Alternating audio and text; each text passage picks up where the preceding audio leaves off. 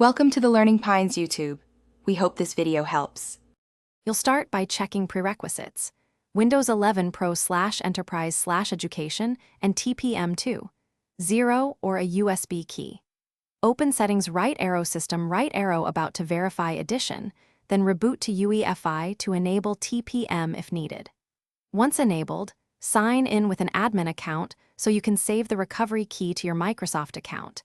This ensures you can regain access if hardware changes. Make sure disk partitions are healthy and system drive is formatted as NTFS before moving to device encryption options. Now enable Bitlocker. Go to Control Panel right arrow System and Security right arrow Bitlocker drive encryption and choose Turn on Bitlocker for your OS drive.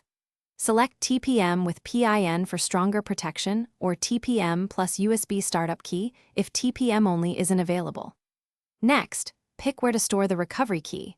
Your Microsoft account is safest for consumer machines, but export or print a copy for offline recovery. Then choose New Encryption Mode for fixed drives and start encryption.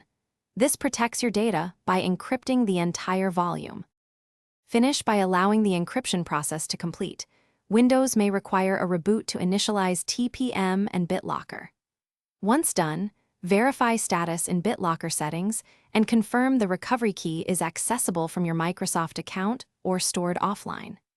If you encounter errors enabling Bitlocker, make sure TPM drivers are up to date, Secure Boot is enabled, and group policy doesn't block encryption. Clear and reprovision TPM only if you understand the risk. One key tip: always test the recovery key before relying on it in production.